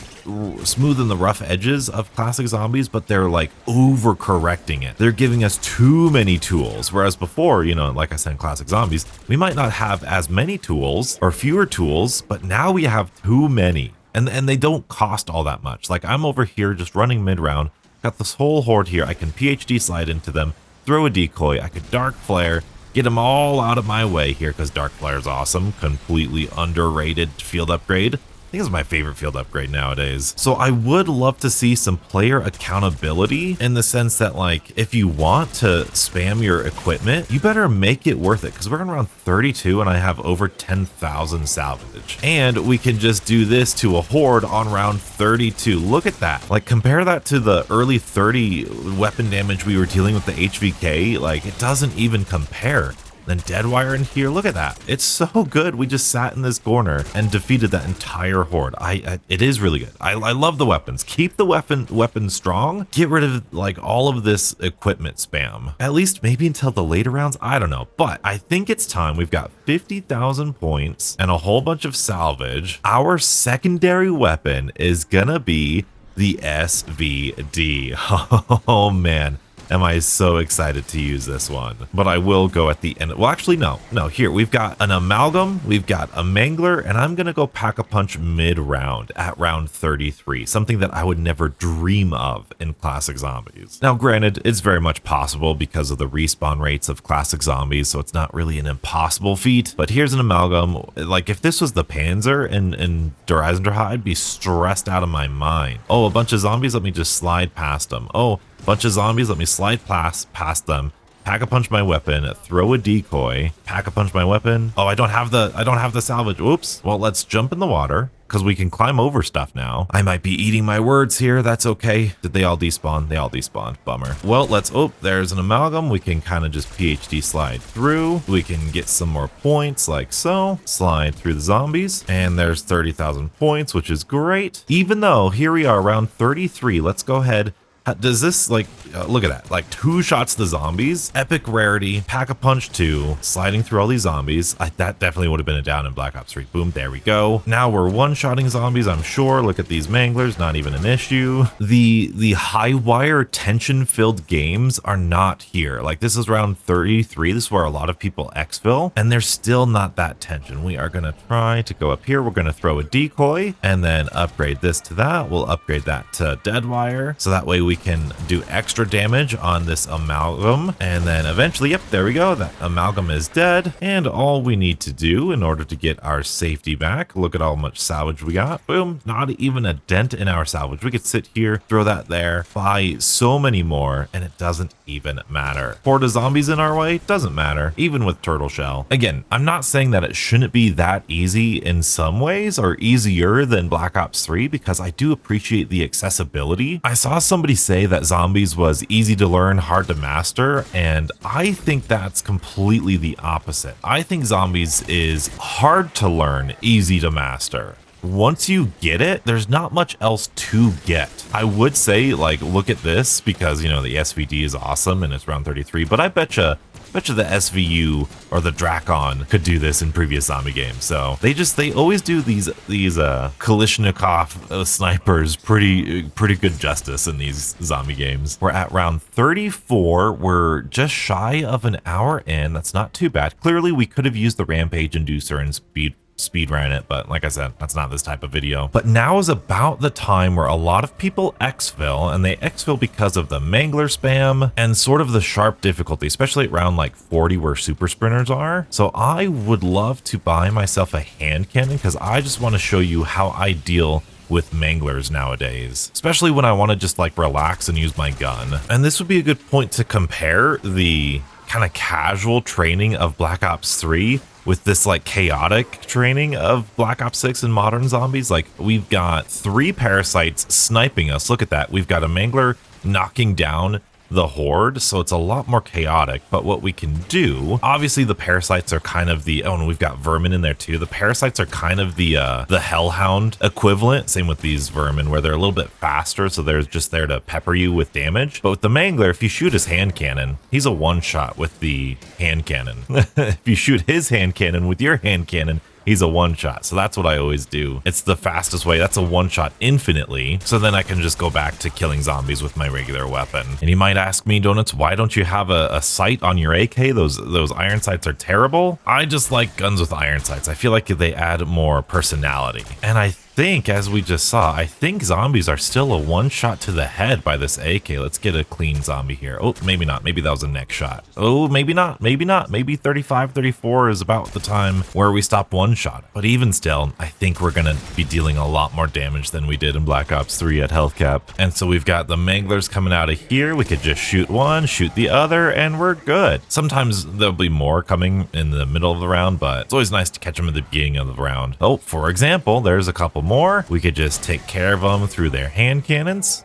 or Mangler cannons. It's nice. It's really nice that they give you ammo too. I do really like that because ammo is so scarce in Black Ops 6 compared to Cold War. Like I said, they overcorrected in Cold War where they give you max ammos and ammo crates, and then they increased the amount of reserve ammo that you had. And then, you know, Mule Kit came out and you got even more ammo. And so here in Black Ops 6, they toned down the max ammos, they toned down the reserve ammo capacity, but they also added special enemies giving ammo. And then Vulture Aid with the ammo, they don't give much ammo, so they really did a good job balancing that. And that's exactly the kind of stuff I want to see from them. All right, so now we have an amalgam. I want to take out my sniper for the high damage, right? And take care of that amalgam as quickly as possible. Oh, and an insta-kill. Insta-kills, if you don't know, they deal extra damage to special and elite enemies, as well as insta-killing all of the normal enemies, if you didn't know. I know it was like that in Black Ops 4. I'm not sure about any other game, though. So far, I want to admit, the difficulty has been pretty consistent, and I have to give credit where credit is due. This feels a lot better than it did on launch. I remember making a high round video on launch saying that these are probably the worst high rounds we've had. I said, like, after round 30, it feels like it was developed by a different studio or a different team because the difficulty really just spiked out of nowhere. But this feels really nice. Between double tap and the weapon damage and then the calming down of the mangler spam, I think this feels really good. And I do also want to point out that like the AK is not this like all-star assault rifle. Like I think it's one of the better ones from my DPS testing, but I don't think it's anything crazy. Oh, and I completely forgot to mention,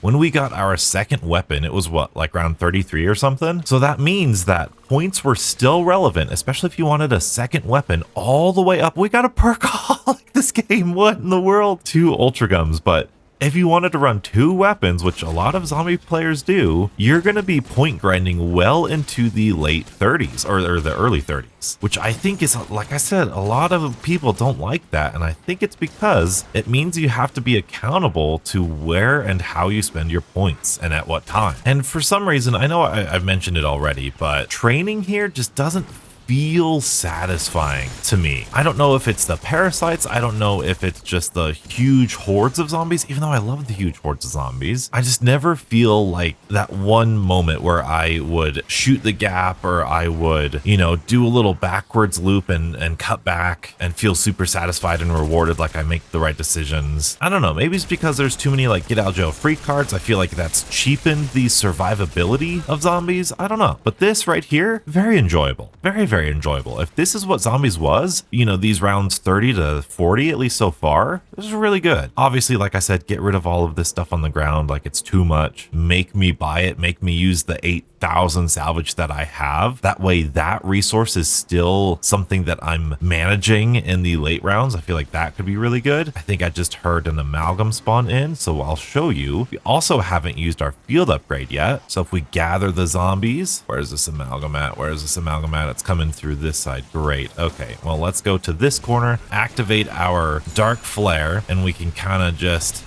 back up. Oh boy, there's the boat. Oh boy. I think we got it. I think we got it with our dark flare. Yeah, we did. A whole dark flare, round 39. Oh boy, there's another one. That's okay. Oh, I didn't grab another hand cannon, but that's okay. We can just hand cannon you. Oh, I missed. I think you can melee macchiato to get ammo back for the hand cannon if you got the right augments, but let's kill you. Oh, the boat. Here's a decoy. I'm gonna take the boat all the way across, and then we're gonna see. Zombies are probably gonna despawn, but I will throw another decoy. We will get another hand cannon, more decoys, all safe.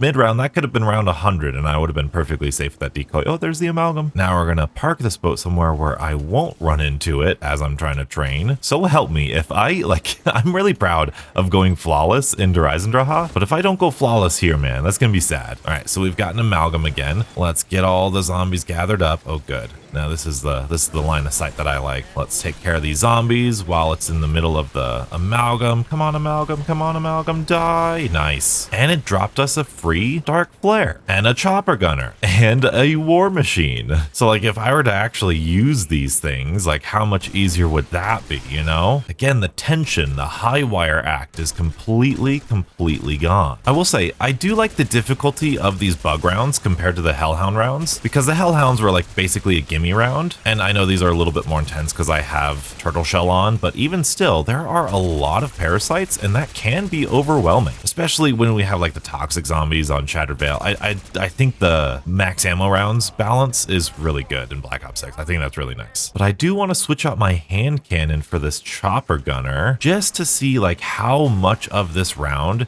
we can go through with just a chopper gunner, because this kind of mirrors the mutant injection, even though the mutant injection is better because the zombies actually gather around you and they go towards you as opposed to running away like they are right here. Because the chopper gunners and the Hellstorm missiles and all these things that take you out of the game is just yet another get out of jail free card. And we're done with that. Okay, that didn't last super long. We've got our hand cannon back, which is good, but let's see how much of the round is left. A decent amount. That's not bad. But I know a mutant injection will take out like the entire round for like quite a while too, for like until round like 60 or something ridiculous. But I mean, I guess that was really fast. That was pretty fast. So chopper gunners are like 2,500 salvage. I can afford like 3, almost 4 of them. That's like 3 or 4 easy rounds. And it's the same with the mutant injection. And that's why people get so hooked on it, is because you can get a whole round done in like 60 seconds. And it's all safe. There's no threat of you going down. There's no threat of you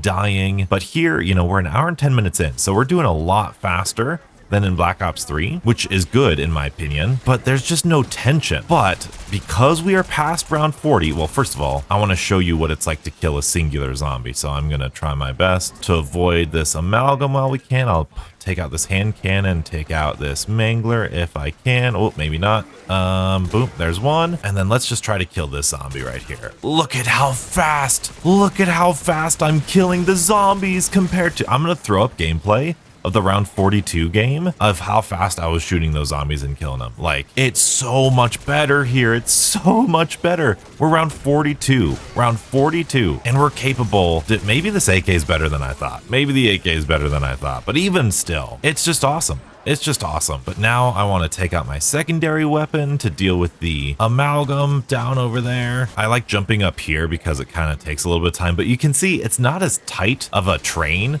Like, it's really just kind of running around. It's just less satisfying to me. I wish I could articulate it better than that. Maybe some of you guys in the comments can articulate why it feels less satisfying to have this really ginormous train instead of the really tight, compact one back in Black Ops 3. Come on, amalgam. There we go. We got it. That felt really good. Oh, this guy's got his helmet off. Let's get him. Let's get him. Oh, and I know I just lightning struck a lot of these guys, but even still, being able to kill zombies that fast in this high of a round with your regular weapon, I think is the single best change in modern zombies, or one of them in terms of difficulty. If there was an aspect of the game that I wanted to make easier, it was using regular weapons, and I'm so glad that's the case. But as I was gonna say before I, interrupted with my weapons testing, is the fact that after round 40, we start getting these super sprinters. And these super sprinters, I am always mixed on. On one hand, I really like that the escalation of zombies comes down to movement, because zombies, I think, has always been about movement as opposed to like what gun you're using or what cover you have. But the problem with super sprinters is that, first of all, they make it inconsistent. So like normally, if you're just walking, you can avoid all of the zombies, but here we're sprinting backwards, and that zombie is still capable of hitting us. Even if we're just regular running, if we turn too sharply, you can see the super sprinters will attack us, and they're right there. And what that does, yes, it increases the tension. By the way, look at just how much of that portal we just destroyed with a regular weapon. It increases the tension for sure, but we've got 50 zombies on the board right now. And if I'm turning around to shoot the horde and I've got like 50 super sprinters in my face and they all hit me at the same time, it feels as though I have less and less time to deal damage to the horde, which is less satisfying. Now, I'm not saying we need to get rid of them altogether. I would like to see them slow down a little bit, because it really does feel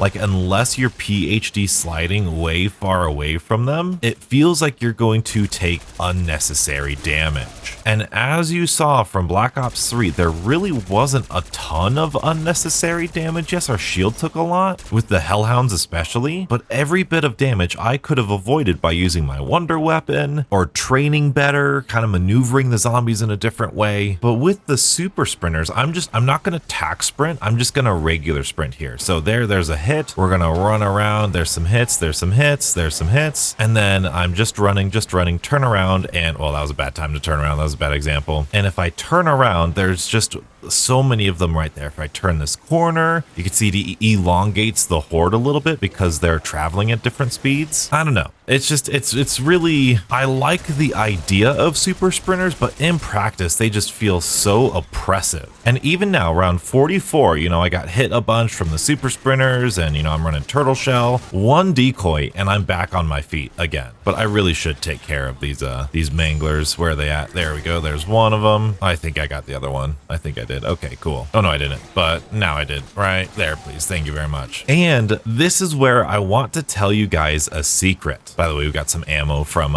killing those manglers, which is awesome. I want to share with you a perspective that I have about turtle shell, because I know there's a lot of doubters and it is pretty difficult to learn and use, but like when you're getting hit from the back, you can still heal. We're at full health getting hit from the back when we're sitting here and these parasites are shooting at us as we're running away. And they snipe us like they are about to, maybe, right? Like when they snipe us, there you go. You can avoid taking that damage. But if you have super sprinters on you with anything other than turtle shell, you're going to be constantly taking damage. They're constantly going to be breaking your armor. I mean, they're breaking your armor either way, but they're going to be interrupting your health regeneration. But with turtle shell, I find these higher rounds strangely more peaceful. Like I tried getting to like round 50 with turtle shell and I was like, okay, let's turn off turtle shell and use a regular like probiotic or something. And it was so much more chaotic because like the tiny little hits that, again, you can't avoid. Like, look at that. Look at that. I'm full health. Like that would have been like 3-4 hits at this high of a round. That would have been like half my health, but instead I'm full health, ready to go. And all I have to do is repair my armor. So that's my sales pitch for turtle shell. I think it balances out these really oppressive feeling super sprinters so well. And that's why I've been loving it so much. If you can learn it, it is a skill. It is a skill. If you can learn to dodge and like turn your back towards the zombies, it's really good on PC. It can be really beneficial and I highly encourage you to use it. You do have to, like, when you do get in trouble, you do have to be a little bit more of a hair trigger of like throwing a decoy or using your stim shots or something like that. But like I said, there's tons of get out jail free cards in Modern Zombies. I don't think that's going to be too big of an issue. We got 3 manglers, round 45. I think I got 1 shot. We'll take care of him. Ran out of ammo in our AK, switch to our SVD. We're all good. Take out the rest of the horde with just our weapons. And then mid-round, we've got plenty of points. We can just slide on back here and get ourselves some more ammo, which I think, again, that's the easiness that I'll take. It's not my fault I ran out of ammo. I'm just on a high round. Oh, and I probably should go get myself a hand cannon too, huh? Well, let's do it. Throw a decoy, get myself another decoy, and then a hand cannon. Get back in the boat and get back in the boat. And there's a decoy, free decoy right there. Great. But now we can come over here, take care of the mangler in 1 shot. Let's see how much damage or how quickly. Wow, that was so fast, dude. That was 14 rounds to kill that zombie on round 46. Now let's get them hoarded back up a little bit. Let's do some training. See, those are the unnecessary hits that if you don't, oh my goodness, I thought I was sliding back. Okay, if you don't have turtle shell, those are the hits that, of course, a max ammo now spawns in. But those hits are the unnecessary hits that, without turtle shell, really mess with you mentally. And they drain your health so fast. And well, here you go. I can get that max ammo. Here's a decoy, max ammo, get my health and armor back up, injure everybody with dead wire. Let's just take this AK out. There we go. Oh, if there's something in front of you, you just need to PhD slide them out of the way. There's some manglers over there. I'm just going to take my time, jump up here, jump over this, take my time, train them around. It feels more chaotic. right? It feels more chaotic. You got the things shooting at you. You got the super sprinters coming at you, manglers shooting at you. It just feels so, it's almost hard to manage. And yes, you could argue that there's more tools, but this is side-by-side footage from like the mid 40s. I think it was like round 47 I said I was going to compare to. Side by side, this is way more chaotic and it's way more uncontrolled versus what we were doing back there. And this is exactly the time where armor is basically necessary for the game. Because if you have super sprinters and you're a 5-hit down, and those super sprinters are really fast and faster than you, it's going to be pretty tough for you to survive just training around. So because they super sprint and because, you know, after round 50, they're going to deal like 90 damage to me, because the zombies escalate in damage and danger, the player has to increase their progression as well. So these rounds, I would say after round 40, especially round 45 or so, I am going to declare that those rounds are, at least in some ways, a lot of ways, more difficult than the higher-ish rounds of Black Ops 3. Even with all of the things, even with all of the pieces of equipment that we have, I still feel like they're more chaotic and more difficult to handle. I feel like a novice zombies player, like a new zombies player, can handle a round 50 on Der Eisendrache pretty well. I know because that's what I did, but I feel like if you were new to zombies in Black Ops 6, I feel like it would be really difficult for you to get to round 50 or whatever. Man, how did I miss all of that? There we go. I feel like it'd be more difficult to do this, what I'm doing, than what we were doing in DE, even though we have all of these tools. Now, of course, that's not counting the mutant ejection. Mutant ejection wins all. Oh boy, I heard an amalgam and I've got a free dark flare that I can use just right here. Where's the amalgam at? Where's the amalgam at? I think it's right there. Nice. So now, oh my goodness. Okay, well, there you go. See, turtle shell to the rescue. I can just pick up some armor plates. I'm going to throw a decoy over here. Ow. Oh no, no, no, no. What a series of events that was. Okay, so now we need to re-up, but that's going to be pretty difficult. Dude, I got triple mangler cannon. Oh man, we don't got PhD. This is a ruckus. This is a ruckus. And see, if this were Black Ops 3, this would be so stinking easy.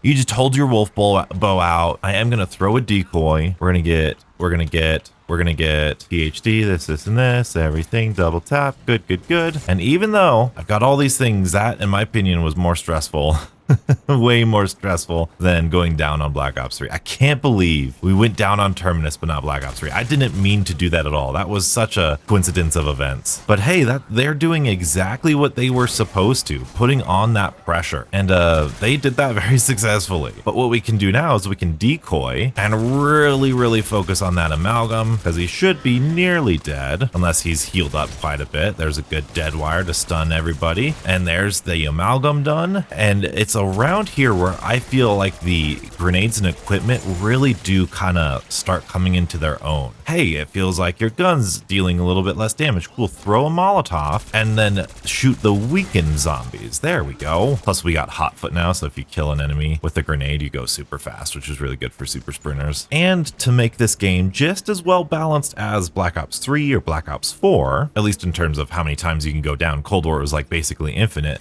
There's a limited number of self-revives that you can have, which again, great balancing factor from Cold War. And now we're back on our, oh, I need to buy a hand cannon. That's what I forgot. Ooh, sorry guys. We're gonna throw a decoy, get a hand cannon, get a couple more decoys. Now it may seem like I'm hating on the equipment and the decoys, but I will say a lot of the Black Ops 3 and Black Ops 4 Easter eggs could use a decoy or two. Like, oh my goodness, there are some very tedious steps that would be so much better if we could just use decoys. So even now that I'm talking difficulty of just general gameplay and high rounds, there's still like main quest difficulty that we can talk about and boss fight difficulty. It's a lot more complicated. It's way more complicated than I think we give it all credit for. And it's about now where I feel like my gun is pretty much not falling off, but it's kind of feeling a little too tedious to shoot the zombies at this point, even though we are still dealing so much damage and very much more capable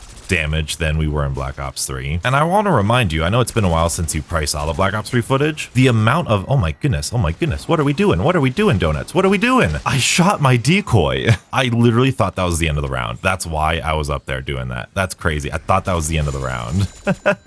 That one doesn't count. That one doesn't count. Unbelievable. Like I said, oh, there's a free decoy right there. Okay, like I said, I know it's been a while since the Black Ops 3 game we played, but that game was dropping so many insta-kills, so many max ammos, and so many death machines. And I have to just give the flowers where they're due, that they peeled back the drops a little bit because they said, nope, you've got grenades, equipment, kill streaks, you should be good. Man, I am so embarrassed I went down those 2 times. That's crazy. Round 50, there we go. An hour and a half. So we cut down about a half an hour of game time, which I think is really good. I'm gonna throw a decoy and get ourselves another self-revive. And then I do want to test out this zombie health, so we'll throw a decoy there. We'll hide from the mangler. Oh, there's another decoy. We'll throw another decoy so we can kind of just see how much damage we're doing to a singular zombie. Yeah, we're still doing okay. We're still doing okay. Oh, you know what we could do? Here we go. Zombie damage bars. Here you go. Here you go. So regular full zombie. Oh, I missed a whole lot of those shots. Like I said, I wish this was kind of in Black Ops 3 just to see the exact damage numbers. I think that'd be really good. Let's move you guys over there. Full health zombie. Dang it, that's so hard to do. You can tell it's a lot better.